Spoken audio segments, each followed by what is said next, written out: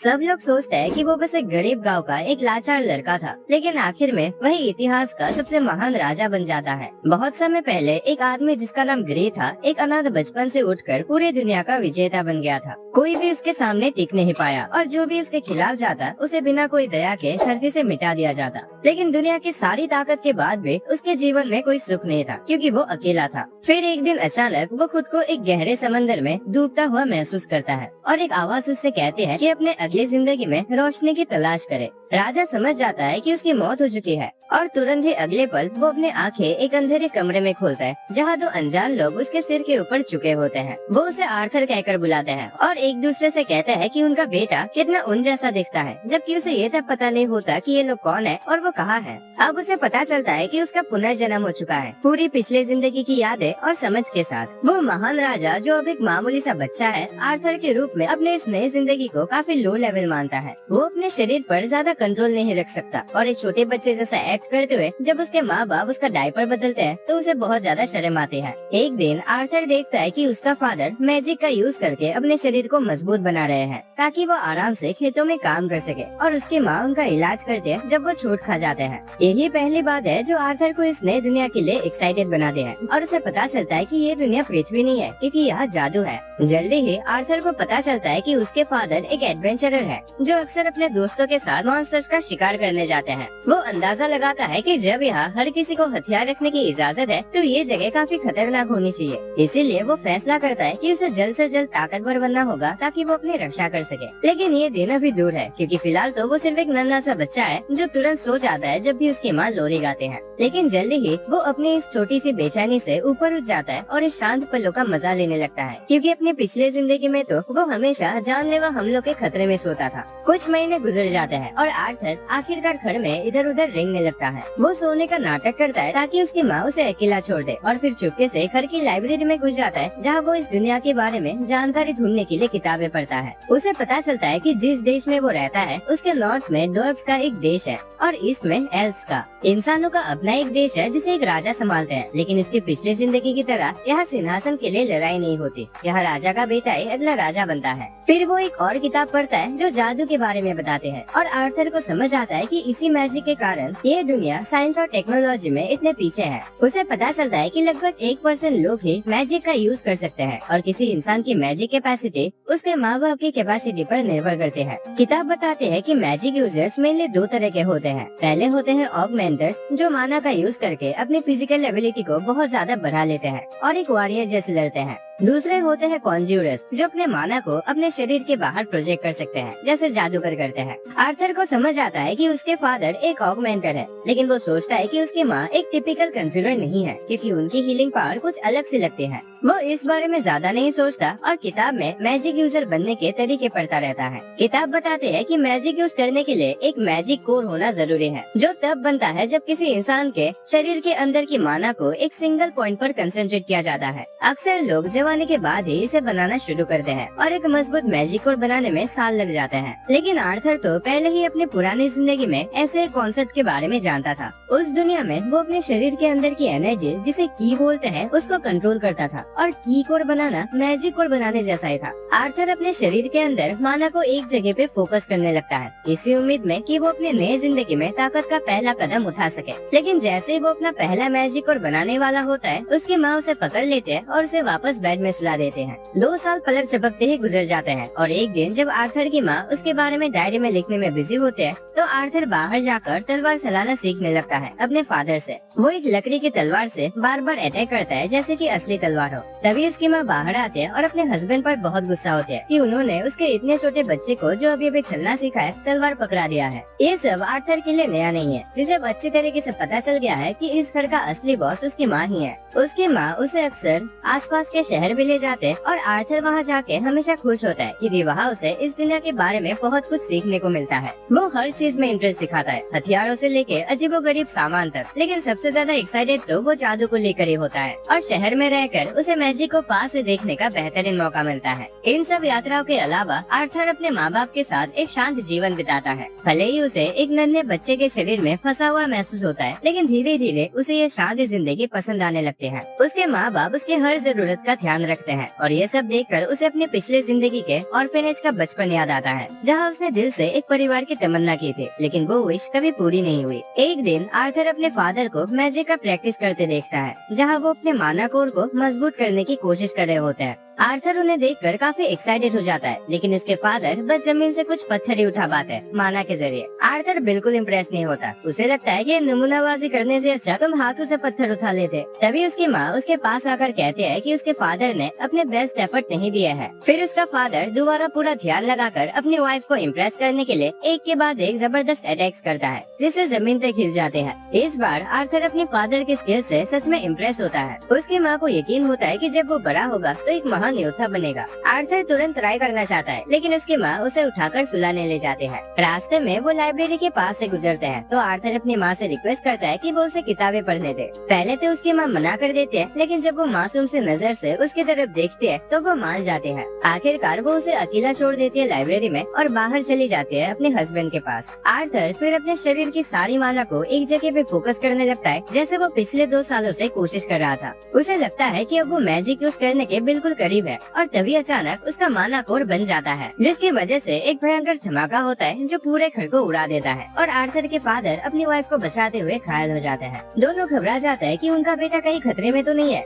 लेकिन जब वो अंदर जाके देखते हैं तो उनकी आंखों पर विश्वास नहीं होता। आर्थर हवा में तैर रहा होता है एक सुनहरे रोशनी के साथ। आर्थर उन्हें एक कॉन्फिडेंस स्माइल देता है और बताता है कि अब वो मैजिक कर सकता है। वो जमीन पर उतरता है और उनकी तरफ चलने लगता है, लेकिन तभी छत का एक टुकड़ा उसकी तरफ गिरता है। वो घबरा जाता है और सोचता है कि शायद उसकी जिंदगी का ये आखिरी पल है, लेकिन उसके दोनों माँ बाप एक साथ उसकी तरफ कूद जाते हैं उसे बचाने के लिए। आर्थर तभी समझ जाता है कि उसके माँ बाप की जिम्मेदारी है उसे सुरक्षित रखना, लेकिन जब वो दोनों रो पड़ते हैं तो आर्थर हैरान रह जाता है। अपनी पिछली जिंदगी में उसने कभी ऐसा इमोशन महसूस नहीं किया था। दूसरे बच्चों के माँ बाप भी या तो गर्व दिखाते या फिर निराशा, पर कभी ऐसे आंसू नहीं बहाते थे। जैसे वो सोचता है कि एक ऐसा नया एहसास है, आर्थर भी रो पड़ता है अपनी माँ से चिपक के बिना सोचे समझे। कुछ साल गुजर जाते हैं और अब आर्थर एक छोटा लड़का बन गया है जो अपने फादर रेनॉल्ड से कॉम्बैट स्किल्स सीख रहा है। आर्थर और उसके फादर गार्डन में आमने सामने खड़े होते हैं, जहाँ उसके फादर उसे अपने ग्लव्स देना चाहते हैं, लेकिन आर्थर उन्हें मना कर देता है क्योंकि उसे पता है कि इस उम्र में उसके पास उन्हें संभालने की ताकत नहीं है।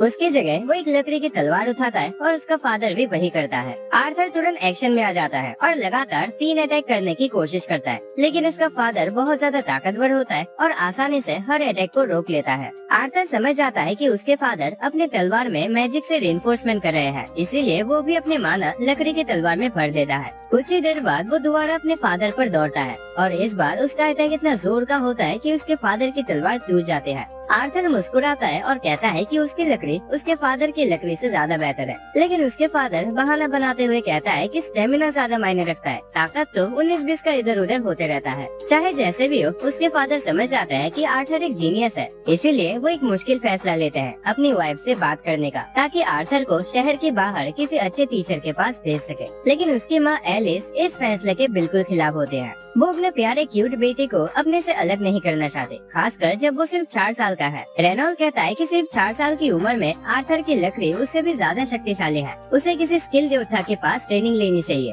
लेकिन उनके किसी भी फैसले पर पहुंचने से पहले आर्थर बोल पड़ता है और कहता है कि इतना झमेला करने से अच्छा उन सबको साथ मिलकर जाना चाहिए। ये आइडिया चाहे जितना भी बेकार लग रहा हो, दोनों माँ बाप तुरंत मान जाते हैं, शायद इसीलिए क्योंकि उनके दुनिया में अभी भी घर की देखभाल करने का ज्ञान नहीं आया है। कुछ दिन बाद एलिस और रेनॉल्ड के पुराने पार्टी मेंबर्स आते हैं उनके साथ सफर पे जाने के लिए, और आर्थर उन सब से मिलता है। उसके माँ बाप के पुराने ग्रुप में काफी सारे स्किल्ड एडवेंचरर्स थे। एडम इस ग्रुप का लीडर था। ये बड़ी 6 सौ वाली औरत है एंजेला। डार्डन एक एवरेज से दिखने वाला आदमी है और एक स्किल्ड आर्चर जिसका नाम हेलन है। और जैस्मिन एक पिक्सी टाइप का लड़की जो किसी वजह से आर्थर पर शक करते हैं, पता नहीं क्यों। जल्द ही सब लोग चलना शुरू कर देते हैं और आर्थर को पता चलता है कि इस दुनिया में ट्रांसपोर्ट अब भी काफी पुराना है, जबकि उसके पिछले दुनिया में लोग एयरशिप लेकर घूमते थे। कुछ देर बाद सब लोग रुककर खाना खाने बैठते हैं, लेकिन तभी जंगल से कुछ भेड़िया मॉन्स्टर निकल कर आ जाते हैं खाने की स्मेल के कारण। जैस्मिन तुरंत एक्शन में आ जाते हैं, 2 डैगर्स पकड़ के हर उस भेड़िए को काट देते हैं जो उसके सामने आता है। रेनॉल्ड, एडम और हेलन भी अपने अपने हथियारों से कुछ और भेड़ियों कीड़ियों को मार गिराते हैं। डार्डेन और एंजेला अपनी मैजिक का इस्तेमाल करते हैं और बचे हुए मॉन्स्टर्स को पूरी तरह से तबाह कर देते हैं। उस रात सब लोग मॉन्स्टर्स को पका के खाने लगते हैं। थोड़ी देर बाद एलिस देखती है कि रेनॉल्ड के हाथ से अभी खून बह रहा है, तो वो उसका इलाज करने लगते हैं। बाकी के पार्टी मेंबर्स तुरंत खड़े हो जाते हैं और उन दोनों के आसपास एक प्रोटेक्शन सर्कल बना लेते हैं। आर्थर हैरान हो जाता है, लेकिन फिर उसे पता चलता है कि एलिस एक खास जादूगर है जिसके पास हीलिंग मैजिक है, जो इस दुनिया में बहुत ही रेयर होता है।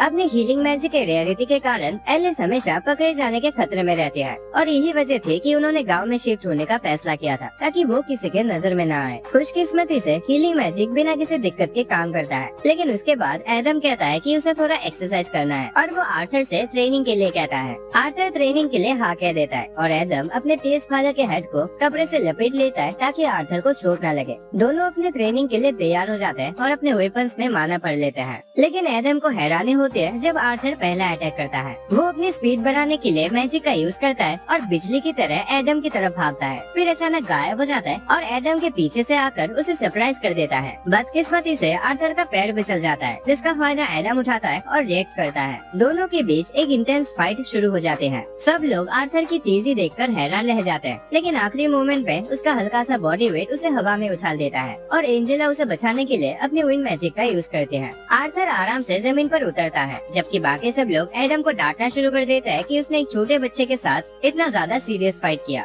एडम अपना बचाव करता है और कहता है कि बच्चा बहुत स्ट्रॉन्ग है, लेकिन कोई उसकी बात नहीं सुनता। जैस्मिन दूसरी तरफ आर्थर की स्किल से काफी इम्प्रेस लगते हैं और उसे उसके टेक्निक्स के बारे में सवाल पूछने लगते हैं। अगले कुछ दिन काफी तेजी से निकल जाते हैं, जहाँ आर्थर हर रोज ट्रेनिंग करता है, खाता है, सोता है और फिर से ट्रेनिंग करता है। पार्टी के लगभग हर मेंबर के साथ उसने एडम से लैंस टेक्निक सीखी, रेनॉल्ड से पुशअप्स, हेलन से आर्चरी और जैस्मिन से रनिंग, जो उसेन बोल्ट की तरह उसे भागना सिखाते हैं। जैस्मिन को आर्थर काफी पसंद आ जाता है और वो उसे एक किटी पार्टी में फंसाने की कोशिश करते हैं, एक छोटी तलवार और बेबी ऑयल देकर। लेकिन आर्थर की माँ नहीं चाहती कि उसका बेटा किसी प्रॉब्लम में पड़े, तो वो उसे बुला लेते हैं। जल्द ही सभी अपना सफर फिर से शुरू करते हैं, लेकिन अचानक कुछ हलचल की वजह से उन्हें रुकना पड़ता है। तभी अचानक कई तीर उनकी तरफ उड़ते हैं और आर्थर तुरंत समझ जाता है कि उन पर लुटेरों ने हमला किया है। डार्डेन और एडम तुरंत गाड़ी के सामने आ जाते हैं, जबकि एंजेला अपने विंग मैजिक का यूज करके सभी तीरों को उड़ा देते हैं। आर्थर बाहर झाँकता है और देखता है कि उन्हें चारों तरफ से लुटेरों ने घेर रखा है। वो भयानक चेहरे वाला बैंडिट लीडर अपने लोगों को हुक्म देता है कि एलिस और आर्थर को चोट न पहुंचाया जाए, क्योंकि उन्हें ज्यादा दाम में बेचा जा सकता है और बाकी सबको खत्म कर दिया जाए। सभी लुटेरे जोर से चीखकर हाँ में हाँ मिलाते हैं और लड़ाई के लिए आगे बढ़ते हैं, जहाँ उनका एक एक करके रेनॉल्ड और उसकी पार्टी के मेंबर्स द्वारा सफाया किया जाता है। आर्थर जानता है कि उनकी पार्टी के हर एक सदस्य इंडिविजुअली बहुत पावरफुल है, लेकिन दिक्कत तब शुरू होती है जब लुटेरे संख्या में ज्यादा होने का फायदा उठाने लगते हैं। लगातार फाइटिंग के कारण पार्टी मेंबर्स थक जाते हैं। तभी बैंडिट लीडर रेनॉल्ड्स के साथ 1v1 लड़ने जाता है और उसे गाड़ी में दे मारता है जिसमें आर्थर था। गाड़ी टूट जाती है और एलिस तुरंत रेनॉल्ड की मदद करने दौड़ते हैं, लेकिन रेनॉल्ड उससे कहता है कि वो अपने मैजिक यूज न करे, वरना हालात और खराब हो जाएंगे। रेनॉल्ड खुद किसी तरह उठता है और आर्थर से कहता है कि वो अपनी माँ को ले जाए किसी सुरक्षित जगह पर, जब तक वो बैंडिट लीडर से निपट रहा है।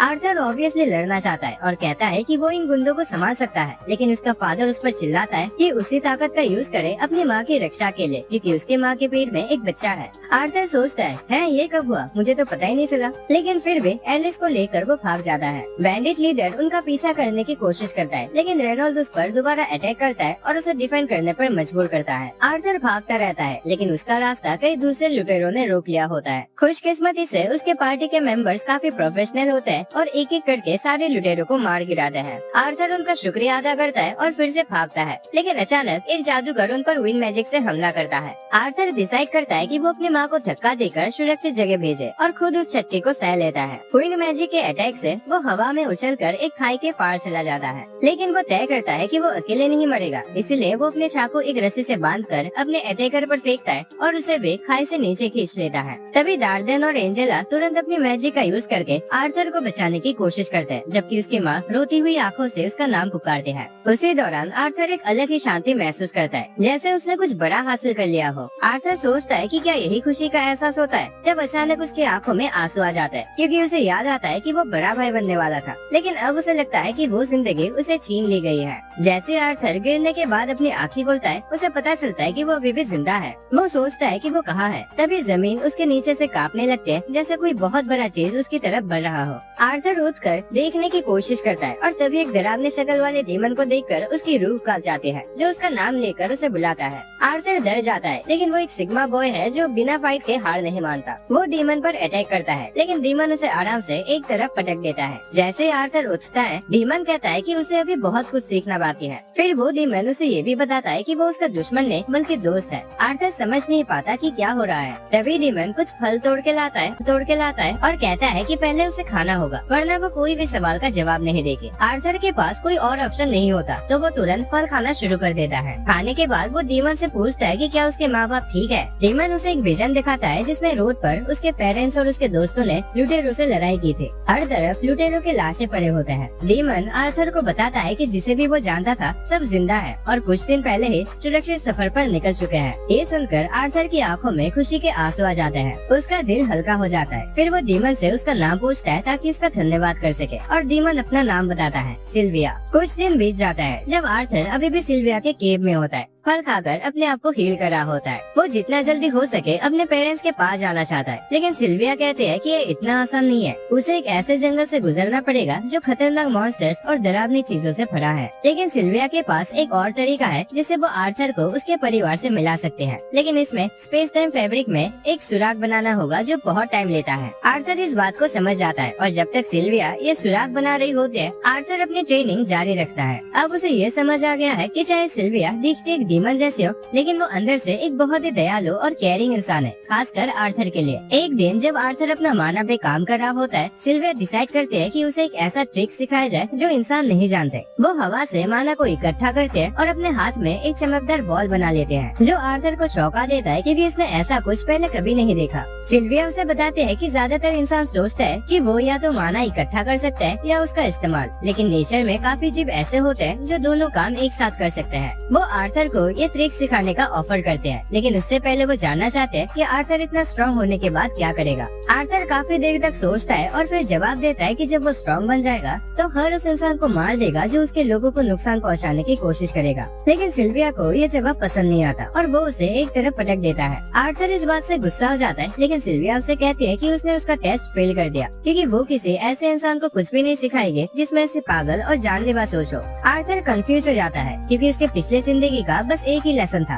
तुम स्ट्रॉन्ग बनो ताकि अपने दुश्मनों को मार सको। लेकिन जब सिल्विया उसे पूछती है कि क्या उसे हमेशा लोगों को मारने के बारे में सोचना अच्छा लगता है, तो आर्थर चुप हो जाता है। फिर सिल्विया उसे कहती है कि ताकत का इस्तेमाल सिर्फ मारपीट के लिए नहीं होता और वो नहीं चाहती कि आर्थर अपनी जिंदगी गुस्से और वायलेंस में बर्बाद करे। उसके बाद सीधा आर्थर के दिल को छू लेते हैं, जैसे कि सिल्विया उसकी पुरानी जिंदगी के बारे में सब कुछ जानती हो। वो फिर से वही सवाल पूछते हैं कि जब आर्थर स्ट्रॉन्ग बनेगा तो क्या करेगा। इस बार आर्थर जवाब देता है कि वो उन लोगों की रक्षा करेगा जो उसे प्यार करते हैं। सिल्विया को ये जवाब पसंद आता है और वो उसे सिखाना शुरू करते हैं कि कैसे माना को सीधा अपने आसपास के एनवायरनमेंट से जमा करके उसे यूज किया जा सकता है। आर्थर इस टेक्निक को काफी जल्दी सीख जाता है, लेकिन जैसे ही वो एक्साइटेड होकर सिल्विया को दिखाने के लिए दौड़ता है, सिल्विया उसे एक तरफ मार देते हैं और पत्थरों के नीचे दबा देते हैं। आर्थर कंफ्यूज हो जाता है, लेकिन सिल्विया टेलीपैथी के जरिए उसे कहते हैं कि बिल्कुल आवाज भी मत करना। कुछ ही पल बाद सिल्विया जैसे एक और डीमन वहाँ आता है और कहता है कि वो उसके साथ वापस चले। सिल्विया मना कर देते हैं, तो वो डीमन उस पर एक एनर्जी बॉल से अटैक करता है। आर्थर ये देखकर परेशान हो जाता है, लेकिन सिल्विया उसे तसल्ली देते हैं कि वो ठीक है। वो खड़ी होती है और अपनी पूरी पावर रिलीज करते हैं। उसका डीमन जैसा शरीर टूट जाता है और वो एक सफेद ड्रैगन में बदल जाते हैं। फिर वो उस डीमन पर एक हाइपर बीम छोड़ देती है, जिसे वो मुश्किल से रोक पाता है। वो सिल्विया को चेतावनी देते हैं कि इतनी बड़ी पावर का यूज उसके लिए महंगा पड़ सकता है, लेकिन सिल्विया कहते हैं कि उसे अपनी जिंदगी से कोई पछतावा नहीं है। वो डीमन उसकी अटैक किसी तरह कैंसिल कर देता है और फिर उस पर डार्क एनर्जी बॉल की बारिश कर देता है, जिनमें से कुछ केव को भी डैमेज करते हैं। सिल्विया थोड़ी डिस्ट्रैक्ट हो जाते हैं क्योंकि वो चेक करना चाहती थी कि आर्थर सेफ है या नहीं। ये देखकर डीमन एक बड़ा अटैक करता है जिसे वो सिल्विया को होश में नहीं छोड़ता। सिल्विया समझ जाती है कि अब आर्थर भी खतरे में आ सकता है, इसलिए वो डिसाइड करते हैं कि वो सब कुछ दांव पे लगा देगी ताकि आर्थर को वहाँ से निकाल सके। सिल्विया अपनी सारी ताकत का इस्तेमाल करके समय को रोक देते हैं और फिर आर्थर को बाहर बुलाते हैं। कहते हैं कि अब उसे घर जाना होगा। वो स्पेस और टाइम में एक सुराग खोलते हैं और कहते हैं कि ये पोर्टल उसे सीधा उसके परिवार के पास नहीं ले जाएगा, लेकिन अब वो इतना स्ट्रॉन्ग हो गया है कि अकेला सर्वाइव कर सकता है जब तक वो उन्हें ढूंढ ना ले। आर्थर समझ जाता है कि सिल्विया अपने आप को उसके लिए कुर्बान कर रही है और उसका दिल टूट जाता है, लेकिन सिल्विया उसे वादा करवाती है कि वो अपनी ताकत का इस्तेमाल उन लोगों की रक्षा के लिए करेगा जिन्हें वो प्यार करता है। फिर वो उसे अलविदा के रूप में कुछ गिफ्ट देते हैं, एक क्रिस्टल अंडा और एक पंख, और कहते हैं कि उनका ध्यान अच्छी तरह से रखे। उसके बाद सिल्विया आर्थर को एक प्यार भरा किस देती है और अचानक आर्थर आर्थर के दोनों हाथों पर सुनहरे टैटूज आ जाते हैं। सिल्विया कहती है कि उनका मतलब और मकसद उसे तब समझ आएगा जब सही समय आएगा, लेकिन अभी के लिए बाय बाय। फिर सिल्विया उसे बताती है कि उसे असल में इतना समय नहीं लगा पोर्टल बनाने में, उसने जानबूझकर देर करा क्योंकि उसे कुछ दिन आर्थर के साथ बिताना था, जो उसे बहुत अच्छा लगा। आर्थर ये सुनकर रो पड़ता है और समझ आता है कि वो अभी इतना स्ट्रॉन्ग नहीं है कि सिल्विया को बचा सके, चाहे उसने वादा किया था कि वो अपनों को हमेशा बचाएगा। सिल्विया कहते हैं कि उनका वादा इस सिचुएशन में लागू नहीं होता और उसे जल्दी करने को कहते हैं। आर्थर कहता है कि उसे फर्क नहीं पड़ता कि सिल्विया एक ड्रैगन है या डीमन, क्योंकि वो उसके लिए एक परिवार है और परिवार को कभी पीछे नहीं छोड़ा जाता। सिल्विया हंसकर कहते हैं कि उसके पास ऑलरेडी एक माँ है, तो आर्थर डिसाइड करता है कि वो उसे ग्रैंडमा बुलाएगा। ये सुनकर सिल्विया एक ड्रैगन रो पड़ते हैं। फिर वो आर्थर को धक्का देकर पोर्टल के अंदर भेजते हैं। आर्थर अंडा और पंख लेकर जाता है, लेकिन जैसे वो पोर्टल में जाता है और पीछे मुड़कर सिल्विया को अलविदा कहना चाहता है, उसे महसूस होता है कि वो खींचा जा रहा है। जैसे आर्थर चला जाता है, सिल्विया अपने पावर रिलीज करते हैं और केव में समय को नॉर्मल कर देते हैं, जिससे डीमन का अटैक तुरंत उस पर लगता है। वो जमीन पर गिर जाते हैं, लेकिन जैसे ही डीमन अपने जीत पर गर्व करता हुआ उसकी तरफ बढ़ता है, सिल्विया अचानक उस पर अपने पूरी पावर से अटैक करते हैं। दूसरी तरफ आर्थर पोर्टल के अंदर ट्रेवल कर रहा होता है जब उसे सिल्विया की आवाज पर से सुनाई देते हैं। वो कहते हैं कि दुखी महसूस करना ठीक है, लेकिन उसे मेहनत करके एक दिन खुशी में बदल देना चाहिए। आर्थर कहता है कि वो ये नहीं कर सकता, लेकिन सिल्विया कहते हैं कि उसे पता है कि आर्थर कर सकता है, क्योंकि वो इतिहास का सबसे ताकतवर राजा था। आर्थर ये सुन के हैरान हो जाता है कि सिल्विया उसके पिछले जिंदगी के बारे में जानती थी। वो पूछना चाहता था कि क्या सिल्विया ही थी जिसने उसे इस दुनिया में भेजा था, लेकिन उससे पहले ही वो पोर्टल से बाहर आ जाता है। आर्थर थोड़ा रो लेता है सिल्विया के लिए, लेकिन फिर खुद को संभालता है और उस क्रिस्टल एग को अपने बैग में रख लेता है। उसके बाद वो आसपास देखता है और समझ आता है कि वो एक घने और खतरनाक जंगल में है। सो आज का ये वीडियो यहीं पर खत्म हो जाता है और कमेंट्स में बताना कि तुम्हें इसका अगला पार्ट चाहिए या नहीं। एंड वीडियो पसंद आई तो लाइक करना, चैनल पर नए हो तो सब्सक्राइब करके रखना ताकि तुम ऐसे मजेदार एनिमेस मिस ना करो।